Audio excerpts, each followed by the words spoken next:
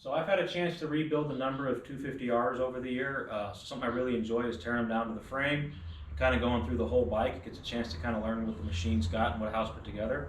So I got a chance to get a roll Design Lobo frame, and I thought I would kind of go through the process and let you guys kind of see how I do that. So these chassis are built by Roll Design.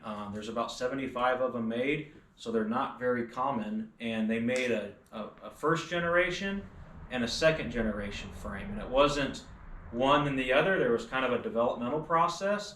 So this is a Gen 1 frame, but it has some of the updates, and I'll kind of point those out to you guys so you get a chance to see what those look like. So one of the signature things with the Roll Design frames is that they use a very highly reinforced no-link suspension setup. So the rear shock bolts directly to the frame and to the swing arm. So this area here you can see has been fortified. So this is a really strong setup because when you have a no-link, the upper frame mount takes a lot of punishment. So Roll Design really reinforced this so that it doesn't crack. These are super durable frames. So no-link is one of the signature things for this frame. Like I said before, this is a Generation 1 frame, and one of the differences that's very easily noticeable is the length of this piece. So the subframe actually inserts and bolts here.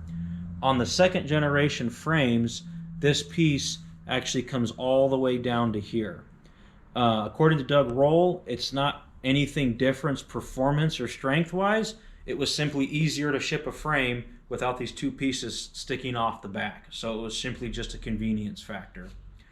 One of the other major differences was this rear motor mount here on the frame.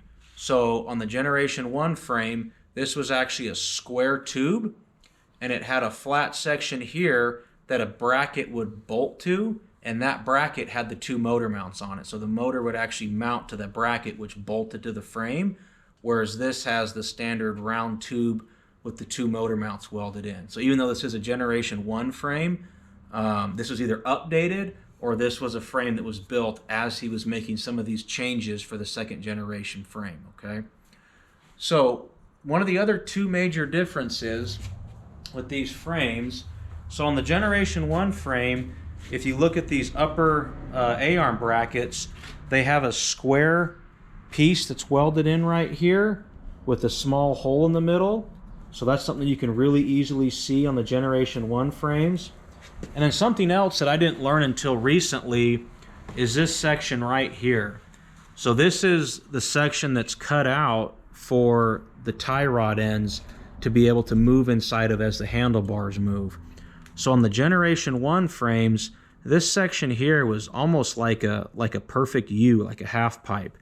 Whereas on the Generation 2, it comes down and has actually a little section where it flattens out and then comes back up. So these Roll Design frames came with a fast steer and a slow steering option. The fast steer was kind of like your MX or your XC setup, and the slow steer was your desert setup, so that when you're at higher speeds, the bars don't want to move as fast when you're trying to turn the handlebars.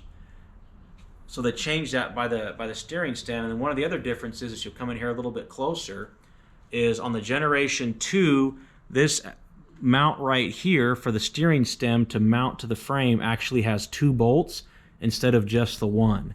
And this other bolt right here, you have to actually have a hole in the frame, so you can, in the flag on the steering stem, so you can come through and get that bolt out. So this is kind of an in-between frame. It's got some of the Generation 2 stuff, like this notch here, updated version of the A-arm brackets, as well as the rear motor mount, but it has those longer rear subframe mounts, which definitely identify it as a Generation 1 frame.